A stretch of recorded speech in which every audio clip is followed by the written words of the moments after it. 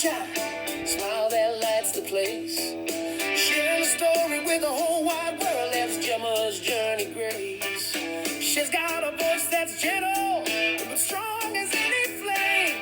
She's teaching love and understanding, and she's proud to say her name. Lord, Gemma's Journey Grace, shining in her own space, spinning around the world with a rocking embrace. Yeah, Gemma's Journey Grace. She's talking truth and kindness, showing what's inside. She's breaking down those walls, my friend, with every step and stride. From her heart to the screen, she's reaching every corner, every place. Know the world's a better place to be with Gemma's Journey Grace. Gemma's Journey Grace, shining in her own space, spinning around the world with a rocking embrace. Yeah, Gemma's Journey Grace.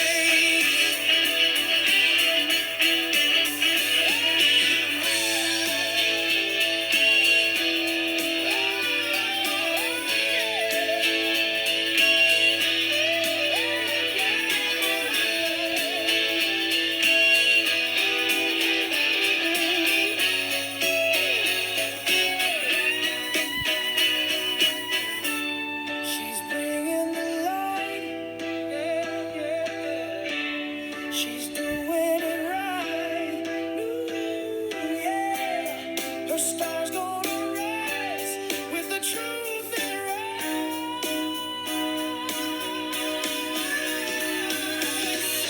Here's to the journey and the smile on her face. Long live the rockin', Gemma's Journey Grace. Hey everybody, and welcome back to my channel for this Friday morning, afternoon or evening across the world where you may be at.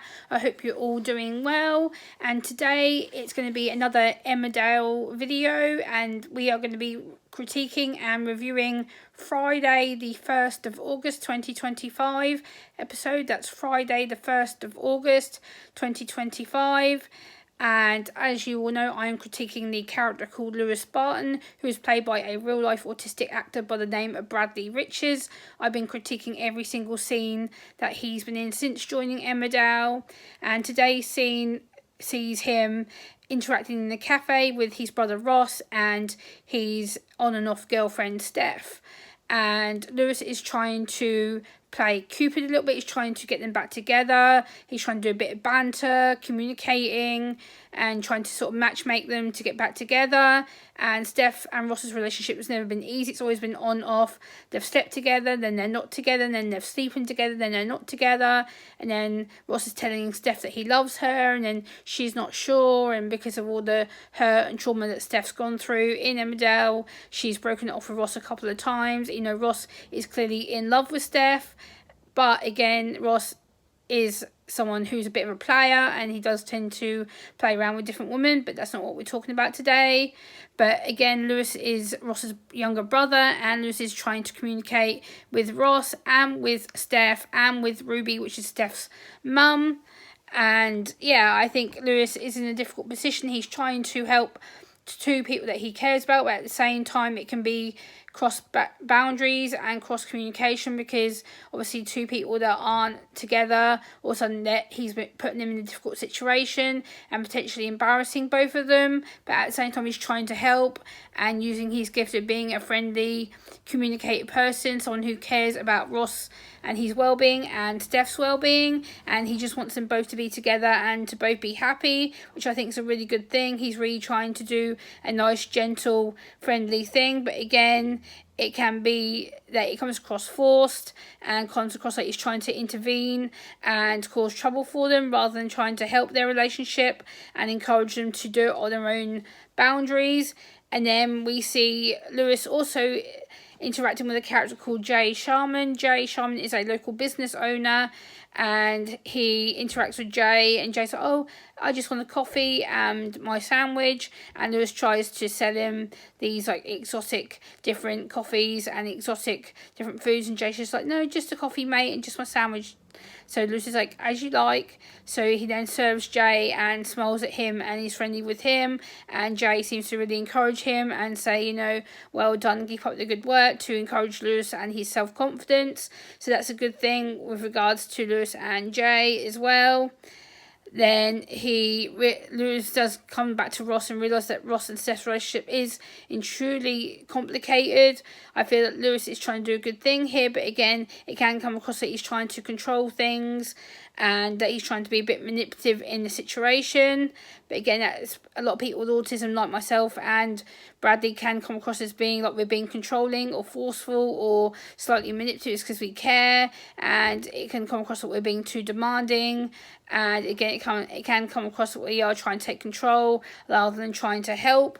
So again, it's crossed boundaries. But I like the fact that he does, again, wear the headphones, and that Nicola and others are being fully inclusive of Lewis, and they're actually trying to help his mental well-being and his physical well-being. And I think that Nicola giving him a chance to work in the cafe has actually proved to be a really good thing for him and for the others who talk to Lewis and get to know Lewis. And I think for his self-confidence and self-esteem, it's a mental good thing because he's able to show his autism in full effect and the reality of being a individual on the autistic spectrum. I think this is really shown him in his true form, and he's really given a true portrayal of what autism really is, noise-wise, auditory-wise, and the fact that each scene they're only getting him to interact with 2 to maybe 3 people, because again, interacting with more than 2 to 3 people at one time for many of us on the autistic spectrum can be quite overwhelming, sensory-wise, auditory-wise, and being around a large group of people can be, because you're having to give short-term eye contact to people and you're having to try and keep focused on which person you're talking to and which environment you're in. I think for Lewis, he does a really good job of that. He takes really good control of what he's doing, what he's speaking about, and who he's speaking to, and his tone of voice. He knows how to interact with it, and I'm really pleased to see Lewis growing as a character. I really love Lewis's scenes and how he's acting as a person, how he's portraying autism as a real-life autistic individual, and I'm really pleased to see how each scene's going to be going for him. And yeah, so please like, comment, share, and subscribe, and I'll see you next time. Bye.